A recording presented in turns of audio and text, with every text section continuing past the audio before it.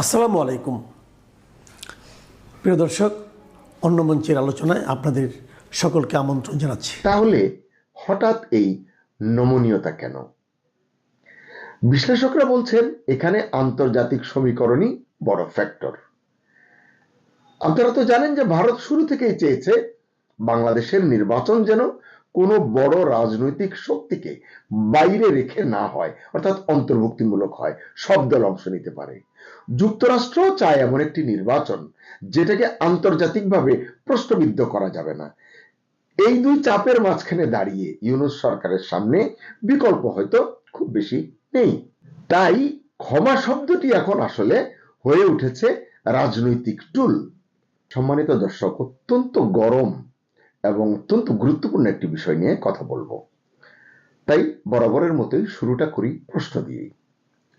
প্রশ্নটা হলো, যে আওয়ামী লীগকে নির্বাচন থেকে বাইরে রাখার কথা বলা হচ্ছিল, সেই আওয়ামী লীগই কি এবার সরি বললেই নির্বাচনে অংশ নিতে পারছে বা ভোটে ঢুকে যেতে পারছে?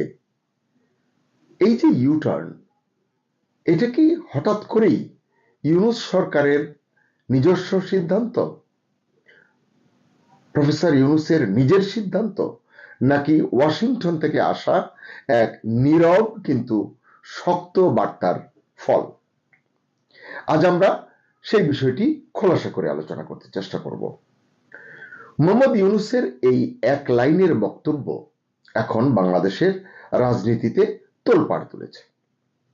তিনি বলেছেন, আওয়ামী লীগ যদি তাদের দুঃশাসন ও দমনমূলক শাসনের জন্য ক্ষমা চায়, তাহলে রাজনৈতিক সমঝোতার সুযোগ তৈরি হতে পারে।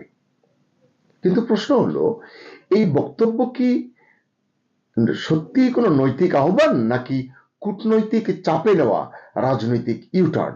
যে কারণে আমি এভাবে কথাটা শুরু করেছি, কারণ এই কথাগুলোর যে টাইমিং, এটা অত্যন্ত গুরুত্বপূর্ণ। মাত্র 2 দিন আগে জাতীয় নিরাপত্তা উপদেষ্টা খলিলুর রহমান 5 দিন তিনি বাইরে ছিলেন, যুক্তরাষ্ট্র এবং সংযুক্ত আরব আমিরাত মিলিয়ে এই দুই দেশ সফর শেষে তিনি দেশে ফিরেছেন 2 দিন আগে। ওয়াশিংটনে তিনি বৈঠক করেছেন স্টেট ডিপার্টমেন্টের শীর্ষ 2 কর্মকর্তার সঙ্গে। এর একজন হলেন দক্ষিণ ও মধ্য এশিয়া বিষয়ক সহকারী পররাষ্ট্রমন্ত্রী পল কাপুর এবং রাজনৈতিক বিষয়ক আন্ডার সেক্রেটারি এলিসন হুকার। এদের সঙ্গে তিনি কথা বলেছেন। এটি নিয়ে কালো আমরা একটি কন্টেন্ট করেছিলাম, সেটি অন্য বিষয়। ঢাকার কূটনৈতিক এবং রাজনৈতিক বিশ্লেষকদের মতে আলোচনার মূল বিষয় ছিল আসন্ন নির্বাচন, মানে হুকারের সঙ্গে এবং পল কাপুরের সঙ্গে খলিলুর রহমানের আলোচনার মূল বিষয় ছিল 12 ফেব্রুয়ারির নির্বাচন। কি ছিল এই নির্বাচন, কতটা গ্রহণযোগ্য হবে এবং আদৌ তা অন্তর্ভুক্তিমূলক হচ্ছে কিনা, ইনক্লুসিভ হচ্ছে কিনা। এখানেই আসে যুক্তরাষ্ট্রের ভূমিকার কথাটি। ওয়াশিংটন প্রকাশ্যে কখনো বলেনি কিন্তু যে আওয়ামী লীগকে নির্বাচনে রাখতেই হবে, আনতেই হবে, এটা কিন্তু বলেনি। কিন্তু ইতিহাস বলছে যুক্তরাষ্ট্র সাধারণত মুখে নয়, নীরব কূটনীতির মাধ্যমেই চাপ তৈরি করে। আর সেই নীরব চাপের মধ্যেই হঠাৎ করে মোহাম্মদ ইউনূস বলছেন, ক্ষমা চাইলে আওয়ামী লীগের জন্য দরজা খোলা হতে পারে, রাজনীতির দরজা, নির্বাচনের দরজা। এখানে আরো একটি ক্লু আপনাদের সঙ্গে শেয়ার করতে পারি, আপনারা হয়তো অনেকে দেখেছেন। ট্রাম্প প্রশাসনে দায়িত্ব পালন করা সাবেক 2 জ্যেষ্ঠ মার্কিন কূটনীতিক অ্যালবার্ট গম্বিস এবং মোর্স স্ট্যান, এই দুইজন প্রধান উপদেষ্টা ইউনূসের সঙ্গে গতকাল রাতে, মঙ্গলবার রাতে যমুনায় সাক্ষাৎ করেছেন। ওই সাক্ষাৎকালে, ওই বৈঠকে ইউনূস বলেছেন, সাবেক শাসকরা মানে আওয়ামী লীগ এখনো তাদের অপরাধ অস্বীকার করে যাচ্ছে। এই কথাটি তিনি এর আগেও বলেছেন, কিন্তু গতকাল আবারও বলেছেন। এবং এরপরে যেটি বলেছেন সেটি অত্যন্ত গুরুত্বপূর্ণ। কি? ফলে এই যে অপরাধ অস্বীকার করার কারণে ট্রুথ অ্যান্ড রিকনসিলিয়েশন কমিশন গঠনের প্রক্রিয়া শুরু করতে পারেননি, বা এটি শুরু করবার পরিবেশ তৈরি হয়নি। এটি নিয়ে একবার কথা হয়েছিল, কিন্তু তখন আইন উপদেষ্টা বলেছিলেন যে আমরা এটি গঠনের বিষয়ে ভাবছি, পরে আর এটি নিয়ে আলোচনা অগ্রসর হয়নি। তাহলে এর মানে কি? এর মানে হচ্ছে ওই বৈঠকে গম্বিস এবং টোনের সাথে ওই বৈঠকে আওয়ামী লীগকে নিয়ে নিশ্চয়ই কথা হয়েছে এবং ওই 2 কূটনীতিক হয়তো মার্কিন কোনো স্পষ্ট বার্তা মোহাম্মদ ইউনূসকে বলেছেন বা তার কাছে হস্তান্তর করেছেন, তাকে জানিয়েছেন। এর প্রেক্ষিতেই হয়তো ইউনূস বলেছেন সত্য এবং জাতীয় পুনর্মিলন, রিকনসিলিয়েশন তখনই আসে যখন আপনি স্বীকার করেন যে আপনি ভুল ছিলেন, মানে আওয়ামী লীগকে উদ্দেশ্য করে বলছেন, যখন আপনি আপনার অপরাধের জন্য অনুশোচনা ও অনুতাপ দেখান এবং সঠিক পরিবেশ সৃষ্টি করেন। একথা সত্য, এটি আওয়ামী লীগের জন্য তিনি এর আগেও বলেছেন। কিন্তু তিনি বলছেন এখন পর্যন্ত তাদের অর্থাৎ আওয়ামী লীগ সরকারের কোনো অনুতাপ নেই, বরং তারা দাবি করছে জুলাই আন্দোলনের সময় নিহত যুবকদের হত্যা করেছে সন্ত্রাসীরা।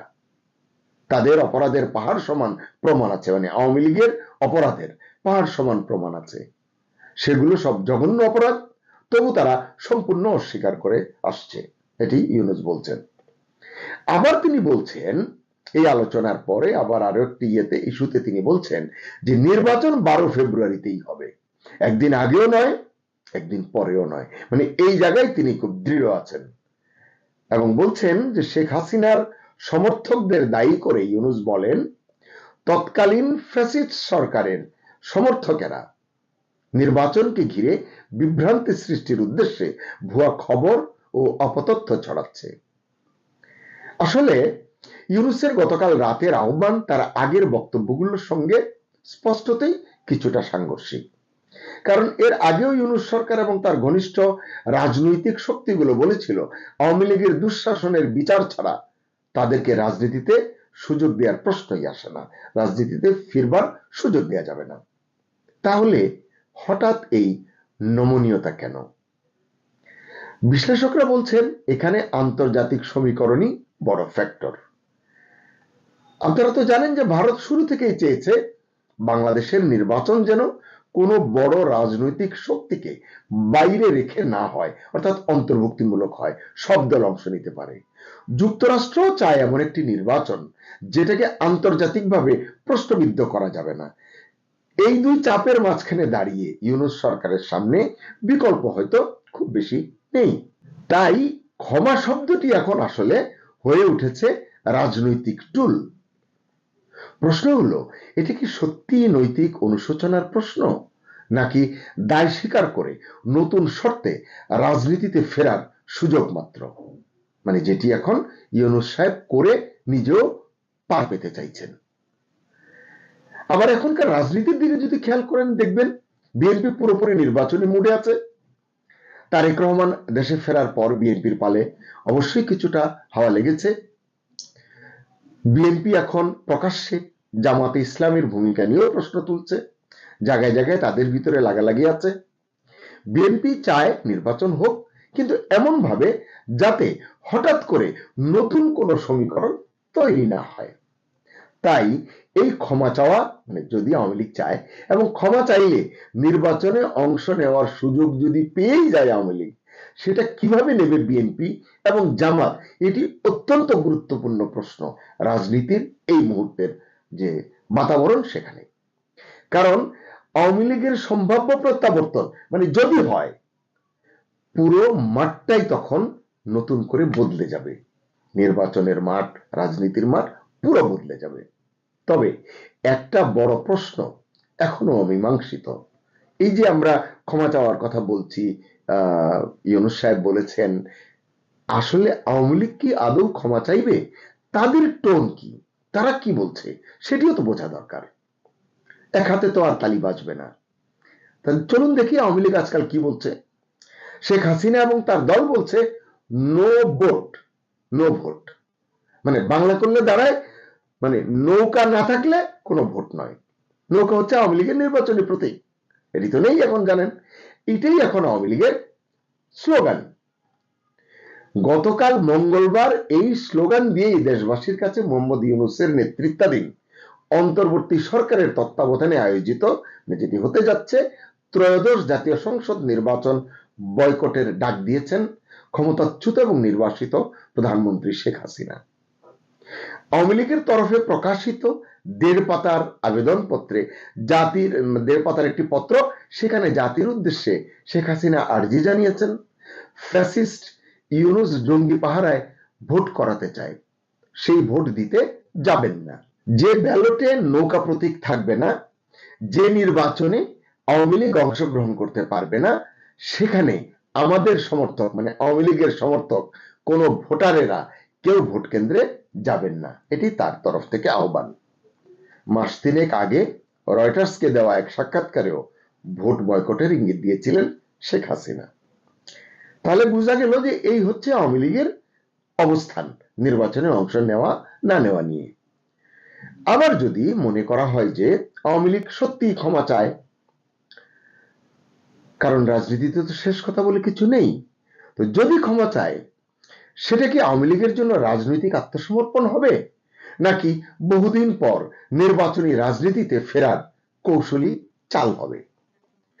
প্রধান উপদেষ্টা ইউনূসের একটি বাক্য আজ বাংলাদেশের রাজনীতিকে দাঁড় করিয়ে দিয়েছে এক বড় ক্রসরোডে। এই রাস্তা কোথায় গিয়ে শেষ হবে ঘোষিত তফসিল অনুযায়ী, মানে 12ই ফেব্রুয়ারি অনুযায়ী এই নির্বাচন ফেব্রুয়ারিতেই হবে, নাকি নতুন তফসিল ঘোষণার উপলক্ষ তৈরি হবে, নতুন তফসিল ঘোষণা করা হবে? কারণ আওয়ামী লীগ যুক্ত হলে তো তফসিল বদলাতেই পারে, এমন রেকর্ড অতীতে কিন্তু আছে।